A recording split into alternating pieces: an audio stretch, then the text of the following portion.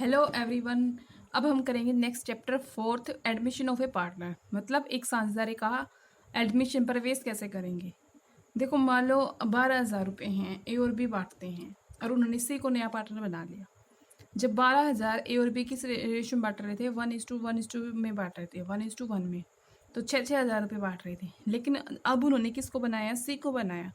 तो सी को बनाया, अब 12,000 किस में बटेगा, ए में भी, बी में भी, सी में भी।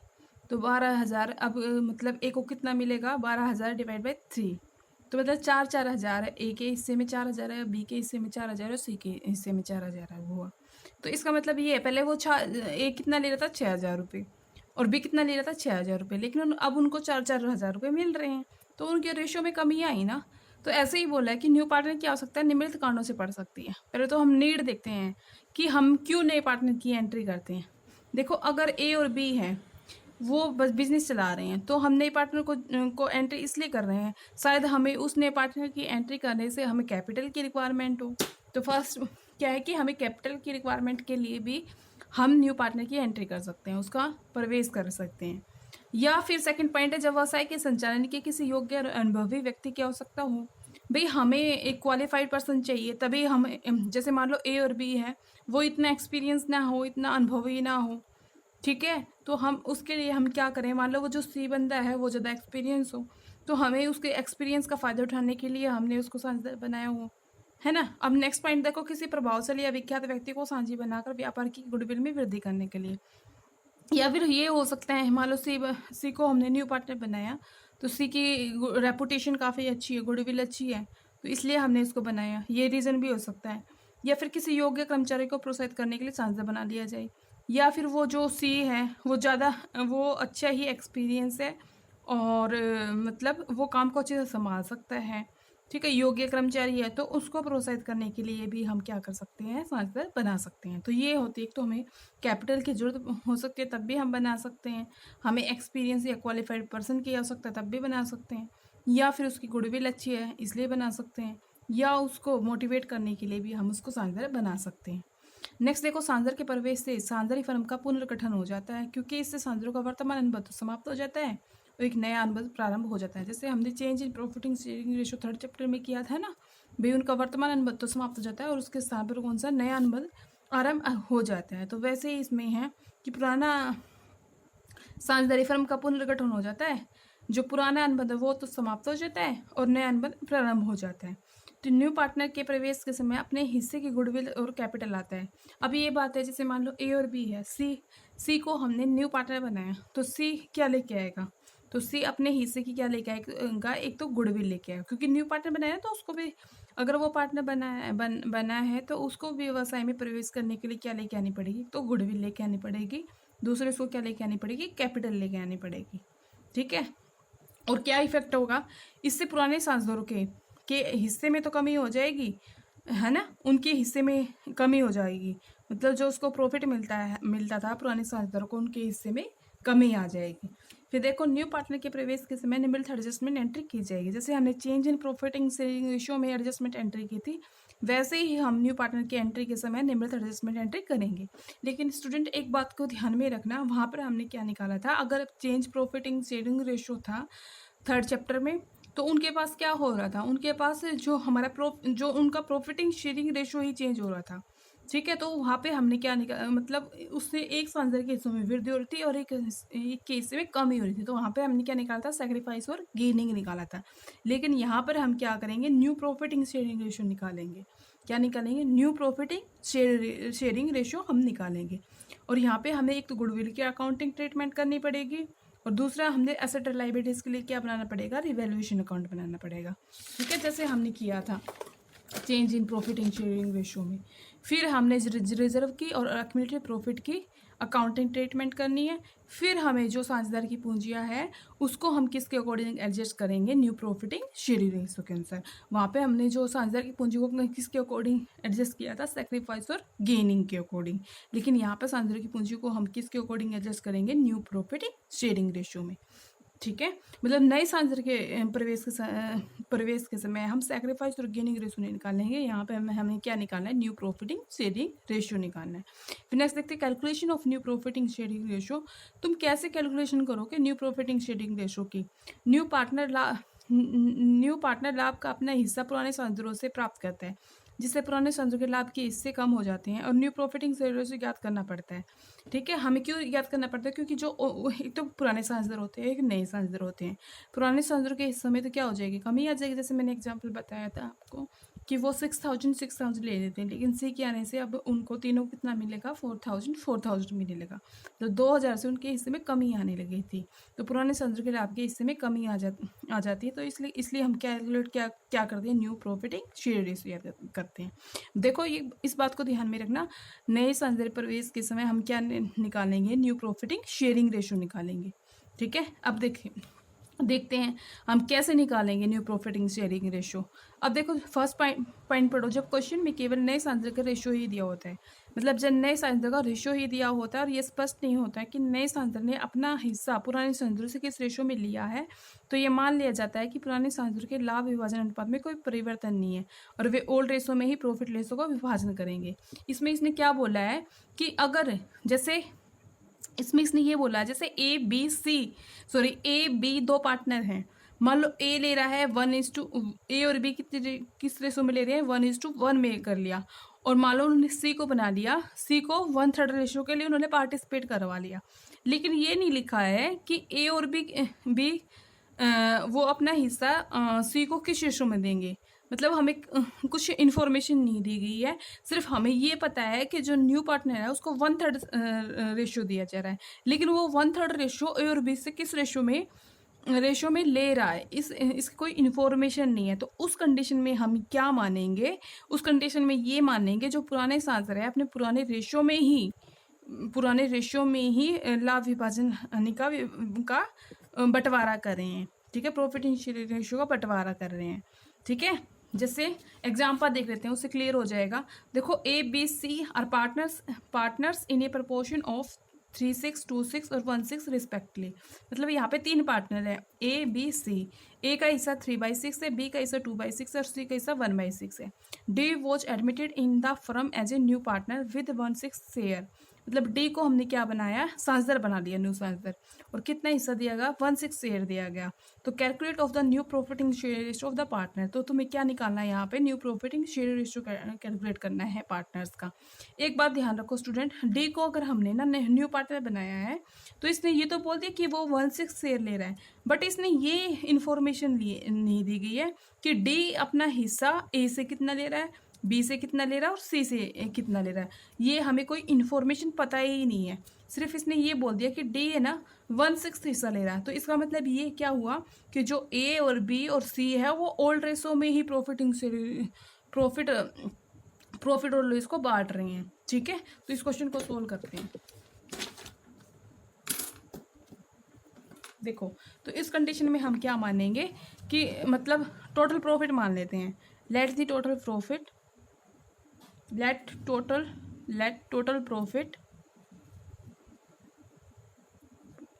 1 है। शेयर गिवन टू डी 1/6, मतलब 1/6 दिया गया है डी को टोटल प्रॉफिट में से। ठीक है, क्योंकि हमें ये नहीं पता कि डी अपना हिस्सा ए और बी और सी से कितना ले रहा है। तो उस कंडीशन में हम क्या मान लें, टोटल प्रॉफिट 1 है और डी को कितना देगा, 1/6 है। तो रिमेनिंग प्रॉफिट कितना बचेगा, रिमेनिंग प्रॉफिट बच जाएगा। अगर हम 1 में से 1/6 लेस करेंगे तो ये आएगा 5/6 आ जाएगा रिमेनिंग। तो इसका मतलब है कि हमें ये तो पता है कि डी को हिस्सा दिया गया है तो वो टोटल प्रॉफिट पे इफेक्ट डालेगा, बट ए और बी सी का रेशो चेंज नहीं होगा। तो ए का रेशो क्या था, पहले 3/6 था। ठीक है, और बी का कितना, तो अब ए का कितना हो जाएगा, मतलब 3/6 रेशियो का ही उसको मिलेगा। जो पुराना रेशियो कितना था, 3/6, और बी का 2/6 और सी का 1/6 था। तो ये 3/6 वही ओल्ड रेशियो ही रिमेनिंग प्रॉफिट में से लेंगे। तो रिमेनिंग प्रॉफिट कितना है, क्योंकि एक डी को कितना दिया, 1/6, तो बचा कितना, 5/6 है, तो उसी का ले गए वो। तो ये आ जाएगा आपका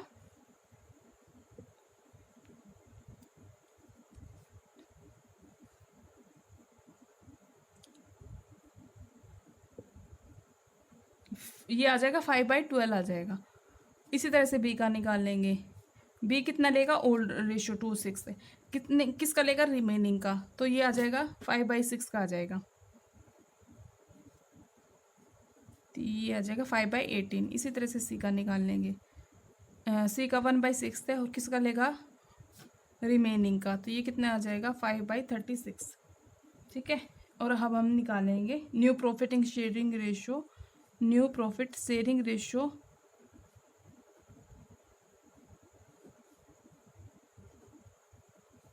ए का, बी का और सी का। ए का है 5/12 और सी का है 5/18 और सी का है 5/36। अब निकाल लेंगे, इसका एलसीएम करेंगे तो 36 आएगा। तो 12 तिया 36, 3 पंजे 15, 18 दूनी 36, 2 पंजे 10 और ये आ जाएगा 5। तो न्यू रेशो कितना आएगा, और ये ए बी सी का न्यू रेशो आएगा। और डी को कितना दिया रहा था, दे रहे थे 1/6 दे रहे थे, तो यहाँ पे 1/6 तो लिख लेते हैं, ये निकल जाएगा 6। तो न्यू रेशो कितना आएगा 15, 10, 5, 6, ये हमारा आंसर आ गया। नेक्स्ट क्वेश्चन देखते हैं अब। देखो कभी कभी नया सांद्रा अपने हिस्से को पुराने सांद्रों से बराबर प्राप्त करता है। इसने क्या बोला, कभी कभी नया सांद्रा अपने हिस्से को पुराने सांद्रों से बराबर बराबर प्राप्त करता है। तो उसमें तो ये रेशो नहीं दिया गया था कि जो नया सांद्रा है ए से कितना रिसीव करता है, बी से कितना रिसीव करता है और सी से कितना रिसीव करता है। बट इसमें ये दिया गया है कि कभी कभी नया सांद्रा अपने हिस्सों को पुराने सांद्रों से बराबर बराबर प्राप्त करता है। तो ऐसी अवस्था में पुराने सांद्रों के पुराने हिस्सों में से त्याग के हिस्से को हटाकर सभी सांद्रों के नए रेशो की गणना की जाती है। तो इसमें ना ये दिया गया है कि पुराना साझेदार से कितना लेता है न्यू पार्टनर और बी से कितना लेता है। तो जितनी अमाउंट वो न्यू पार्टनर को देता है ना, उतने ही अमाउंट को हम मतलब ओल्ड पार्टनर के हिस्से में से घटा देंगे और फिर हम क्या निकाल लेंगे, न्यू प्रॉफिटिंग शेयरिंग रेशियो निकाल देंगे। तो पहले वाले क्वेश्चन में ही नहीं दिया गया था कि न्यू पार्टनर के आने से पुराने साझेदार ने कितना सेक्रीफाइस किया, बट यहाँ से ये दिया गया कि पुराने साझेदार ने कितना हिस्सा न्यू पार्टनर को दिया। तो इस तरह से क्या हो जाएगी, पुराने संदर्भ के हिस्से में कमी आ जाएगी। और इस तरह से हम क्या करेंगे, जो उनका ओल्ड रेसो है जितना उन्होंने सेक्रीफाइस किया उस रेसो को घटाकर हम क्या निकालेंगे, न्यू प्रॉफिट शेयरिंग रेसो। अब इसको देखते हैं एग्जाम्पल से। Ram Shyam are partner sharing profit and losses in the ratio of 7/12, 5/12 है, मतलब ये ओल्ड रेशो दिया गया राम और श्याम का। They admit Gopi as a new partner for 1/6 year, मतलब उन्होंने किसको बनाया सांसदर, गोपी को बना दिया। कितने हिस्से के लिए, 1/6 के लिए। तो ओल्ड रेशो ये दिया गया है, गोपी को बना लिया। Which he acquires equally from Ram and Shyam. देखो पहले वाले क्वेश्चन में ये नहीं दिखाया था कि वो पुराने सांद्रे से कितना रिसीव करता है, तब हमने क्या बना, टोटल प्रॉफिट को अज्यूम किया था। बट इसमें क्या किया है, विच ही एक्वायर इक्वली फ्रॉम राम और श्याम, मतलब जो 1/6 ईयर है ना, 1/6 ईयर को वो राम और श्याम से कितना ले रहा है, वो इक्वली ले रहा है, इक्वली बराबर बराबर ले रहा है। ठीक है। तो calculate the new profiting sharing ratio of the partner. तो पहले हम फर्स्ट पार्ट को करते हैं। फर्स्ट पार्ट को करेंगे। देखो हमने share given, share of profit given to Gopi कितना दिया गया, 1/6 दिया गया गोपी को। ठीक है। और वो कितना ले रहा है शेयर, मतलब ये 1/6 को वो बराबर ले रहा है गोपी से। तो शेयर एक्वायर्ड, इस मतलब 1/6 को किससे एक्वायर कर रहा है, गोपी, राम और श्याम से। तो शेयर एक्वायर्ड गोपी, मतलब गोपी रिसीव कर रहा है फ्रॉम राम से कितना, मतलब इक्वली कर रहा है, तो कितना ले रहा है वो राम से, इक्वली ले रहा है, तो 1/2 से मल्टीप्लाई करें तो 1/12 ले रहा है गोपी, किससे, राम से। 1/6 हिस्से को किससे ले रहा है, वो राम से, इक्वली रेशो में, तो 1/12 ले रहा है। तो शेयर एक्वायर्ड गोपी कितना ले रहा है फ्रॉम श्याम से, कितना लिया, श्याम को ना ओल्ड पार्टनर से कितना ले रहा है, वही 1/6 शेयर इक्वली ले रहा है, तो वो ले रहा है 1/12 है। ठीक है। तो इस तरह से 1/12 गोपी ने किससे लिया, राम से लिया, और श्याम से कितना लिया, 1/12, तो उनके हिस्से में कमी आ जाएगी ना। तो अब क्या करेंगे, therefore new ratio of Ram का निकालेंगे न्यू रेशो। तो पहले क्या था उनका, ओल्ड रेशो क्या था, ओल्ड रेशो 7/12 था, बट इन्होंने 1/12 किसको दे दिया, गोपी को दे दिया, तो इनके हिस्से में कमी आ जाएगी। तो इसको सोल्व करोगे तो कितना आ जाएगा, 6/12 आ जाएगा। इसी तरह से हम किसका निकाल लेंगे, श्याम का निकाल लेंगे। तो श्याम का कितना था, श्याम का ओल्ड रेशो कितना था, श्याम का 5/12 था, बट इसने किसको दे दिया, गोपी को दे दिया 1/12, तो इसके हिस्से में कमी आ गई, तो ये 4/12 आ गया। ठीक है, अब देखो हम न्यू प्रॉफिटिंग रेशो निकाल लेते हैं, न्यू प्रॉफिटिंग शेयरिंग रेशो निकाल लेते हैं। देखो राम का है 6/12 और श्याम का है 4/12 और गोपी का कितना है 1/6 है। तो इनका रेशो सोल्व करेंगे तो कितना आ जाएगा, 6/4/2 आ जाएगा। तो इनका ये आ जाएगा 6/4/2। ठीक है, ये आंसर आ गया। अब नेक्स्ट देखते हैं, नेक्स्ट पार्ट में क्या बोला उसने। नेक्स्ट पार्ट में बोला ABC were partners in A firm sharing profit in the ratio of 3:2:1 है, मतलब उनका ओल्ड रेशो क्या है, 3:2:1 है। They admitted D as a new partner, D को उन्होंने सांसद बनाया for 1/8 share in the profit. कितने शेयर के लिए बनाया, डी को उन्होंने 1/8 शेयर के लिए बनाया। Which he acquired 1/16 from B and 1/16 from C, मतलब 1/8 के लिए बनाया ना, बट उसका वो 1/16 किससे ले रहा था, बी से, 1/16 किससे ले रहा था, सी से।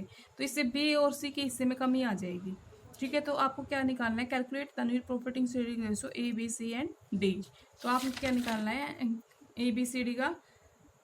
ABCD का आपको क्या निकालना है, न्यू प्रॉफिटिंग शेयरिंग रेशो निकालना है। ठीक है, तो इसको सोल्व करते हैं हम।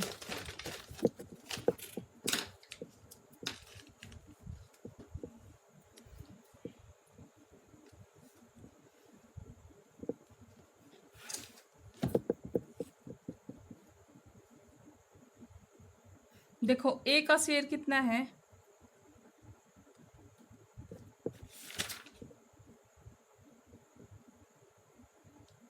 ए का 3/6 है।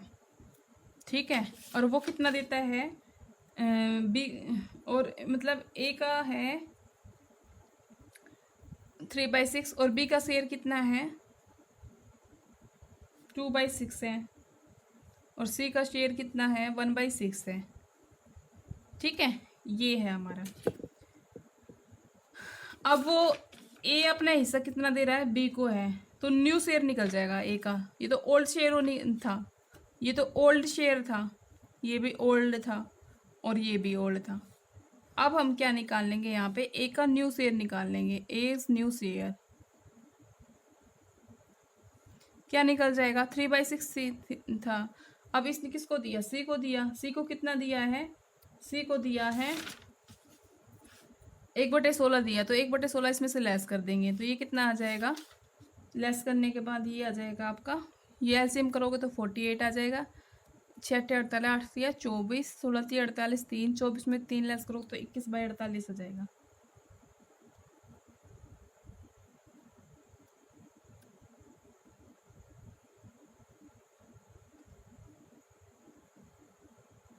देख लीजिए,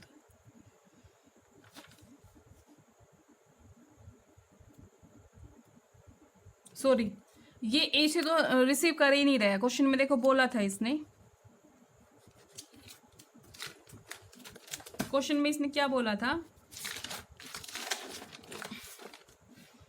कि डी को न्यू पार्टनर बनाएगा 1/8 हिस्से के लिए, बट वो रिसीव कर रहा है बी और सी से, तो ए से तो रिसीव कर ही नहीं रहा, तो ए का न्यू रेशो वही सेम रहेगा जो ओल्ड रेशो है ना। तो ए का न्यू रेशो तो वही रहेगा, ए न्यू शेयर वही रहेगा जो ओल्ड है, न्यू शेयर कितना है 3/6 ही रहेगा, बट बी का चेंज हो जाएगा, बी का न्यू शेयर निकालोगे तो बी का न्यू शेयर क्या था 2/6, ओल्ड शेयर तो 2/6 था, बट वो किसको दे रहा है, वो दे रहा है न्यू पार्टनर को दे रहा है, न्यू पार्टनर कौन है यहाँ पे, डी है, डी को दे रहा है, कितना दे रहा है 1/16, तो 1/16 लेस कर देंगे इसमें से, तो इसको सोल्व करेंगे तो कितना आएगा 13/48 आ जाएगा। इसी तरह से सी का न्यू शेयर निकालेंगे, सी का ओल्ड शेयर कितना है 1/6 और ये किसको दे रहा है, ये किसको दे रहा है 1/16 दे रहा है। ठीक है, 1/16 दे रहा है ये डी को, तो इसके में 1/16 लेस कर दोगे तो ये कितना आ जाएगा, ये आ जाएगा 5/48 न्यू शेयरिंग रेशियो आ जाएगा। अब निकालोगे तुम डी का निकालोगे, तो डी का कितना है तुम्हारा 1/8 दिया गया है, 1/8 इसी के लिए दिया गया। अब तुम इनका रेशियो निकाल लेंगे, new profiting sharing ratio, new profit sharing ratio.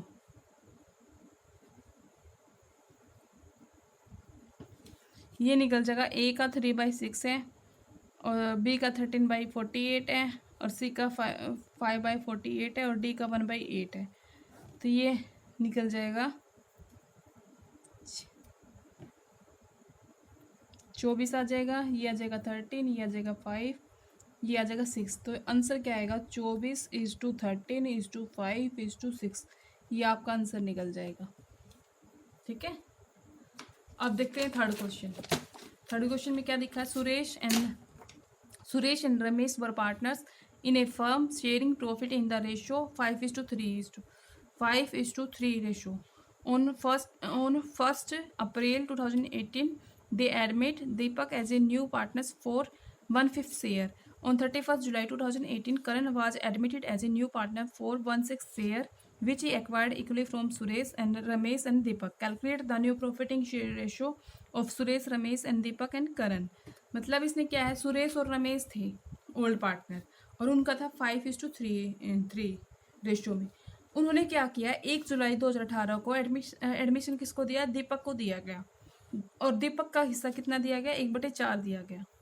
ठीक है, फिर उन्होंने क्या किया, 31 जुलाई 2018 को करण को एडमिट किया गया, कितनी शेयर के लिए, 1/6 के लिए। बट वो एक्वायर करता है था सुरेश से, रमेश से, दीपक से इक्वली रिसीव करना था। तो आपने क्या निकालना, न्यू प्रॉफिटिंग शेयर रेशियो निकालना है, सुरेश का, रमेश का, दीपक का और करण का। तो स्टूडेंट इसमें इस बात का ध्यान रखना, पहले तो हमारे दीपक की एंट्री हुई थी, फिर उसके मतलब दीपक की एंट्री हुई थी अप्रैल को, फिर उस जुलाई में हुई थी, जुलाई में करण की एंट्री हुई थी। तो इसको ध्यान में रखते हुए हमने जो दीपक का जो न्यू प्रॉफिटिंग शेयरिंग रेशियो आएगा वो करण के लिए क्या बन जाएगा, करण के एडमिशन के टाइम में वो ओल्ड रेशियो बन जाएगा। तो आपको सिर्फ इस बात का ध्यान में रखना है। अब हम करते हैं क्वेश्चन को सोल्व। तो ये तो सॉल्यूशन हमारा सेकंड था, अब हम करते हैं सॉल्यूशन थर्ड। सॉल्यूशन थर्ड करेंगे हम। देखो, शेयर गिवन टू दीपक, कितना दिया गया, दीपक को शेयर गिवन टू दीपक को कितने हिस्से के लिए बनाया गया, 1/4 के लिए। ठीक है, 1/4 के लिए बनाया गया था ना, देखो 1/4 के लिए बनाया गया। बट उसमें ये नहीं दिया गया कि वो 1/4 हिस्सा किससे कितना रिसीव कर रहा था, सुरेश से कितना रिसीव करता था और रमेश से कितना कर रहा था। तो हम क्या मानेंगे, जो 1/4 लिया इसने किस में से लिया, टोटल प्रॉफिट में से लिया है। तो टोटल प्रॉफिट है हमारा 1 है, ये अज्यूम किया है हमने, लेट टोटल प्रॉफिट 1 है। अब बच जाएगा हमें, इसको 1/4 देंगे तो रिमेनिंग प्रॉफिट बच जाएगा हमारा। 1 में से 1/4 लेस करोगे 3/4 आ जाएगा रिमेनिंग। ठीक है, अब इस रिमेनिंग में से क्योंकि जो ओल्ड पार्टनर थे, ओल्ड पार्टनर कौन है यहाँ पे, ओल्ड पार्टनर सुरेश और रमेश, वो पुराने रेशो में ही लेंगे। पुराना रेशो क्या था 5:3, तो उस रेशो में कोई चेंज नहीं होगा। ठीक है, उस रेशो में कोई चेंज नहीं होगा। तो new ratio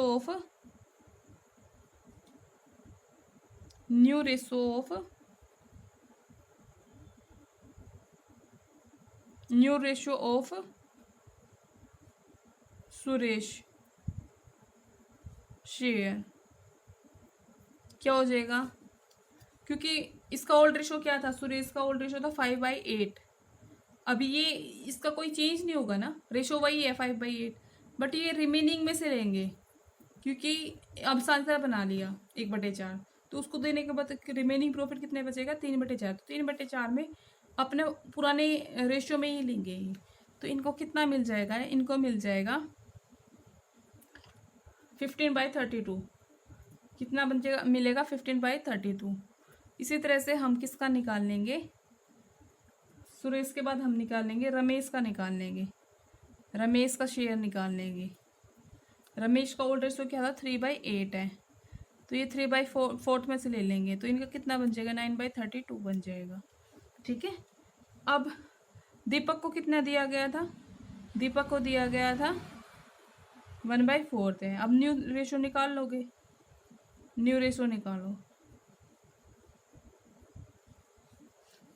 of Suresh, Ramesh and Deepak.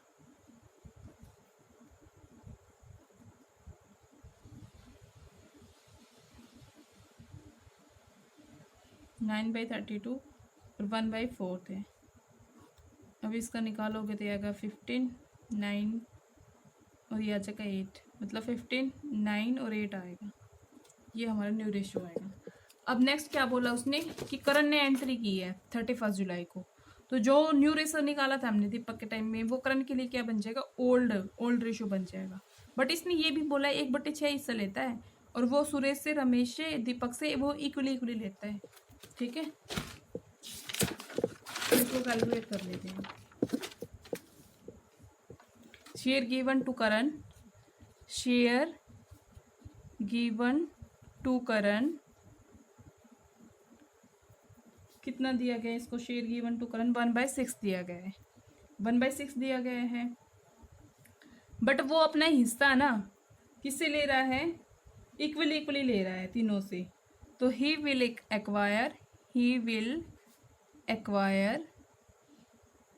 1/6 share, 1/3, मतलब इक्वली ले रहा, तो मतलब क्या, 3 पार्टनर हैं, तीनों पार्टनर से वो कितना ले रहा है, 1/3 ले रहा है। ठीक है, तीनों पार्टनर से लेगा, ए बी से, बी से और सी से लेगा वो, तो 1/3 लेगा। कितना हिस्सा लेगा, 1/6 है, तो तीनों से कितना लेगा वो, 1/18 लेगा।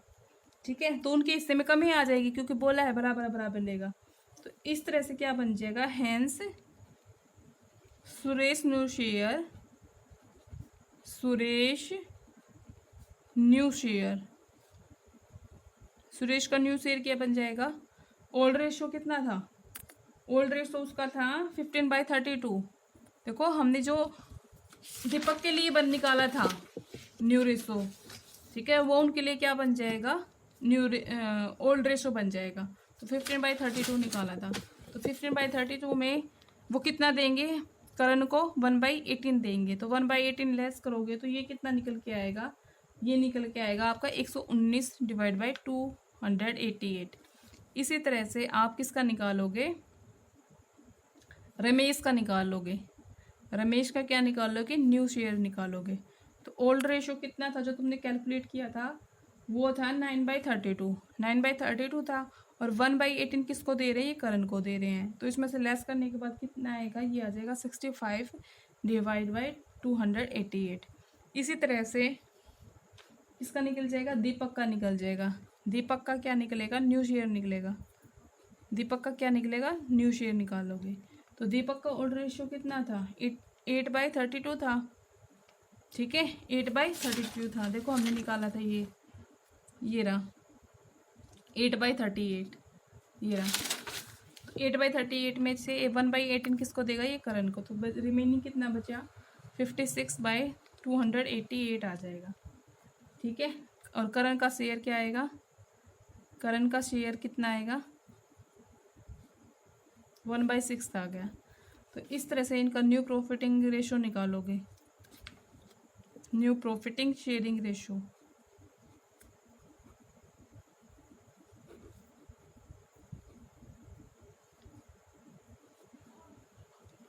बाई 288, 65/288, ये आएगा 56/288। तो आंसर क्या आ जाएगा, 119। और करण का कितना था, ये करण का था 1/6 था, तो इसका एलसीएम निकालोगे तो ये आ जाएगा 288, तो ये आ जाएगा 119, 65, 56, और इसका आ जाएगा, इससे डिवाइड करोगे तो ये कितना आएगा, 48। तो आंसर क्या आएगा, 119, 65, 56 और 48, ये आपका आंसर है। ठीक है, तो स्टूडेंट आज के लिए इतना ही काफ़ी है, आपका हम करेंगे नेक्स्ट क्लास में।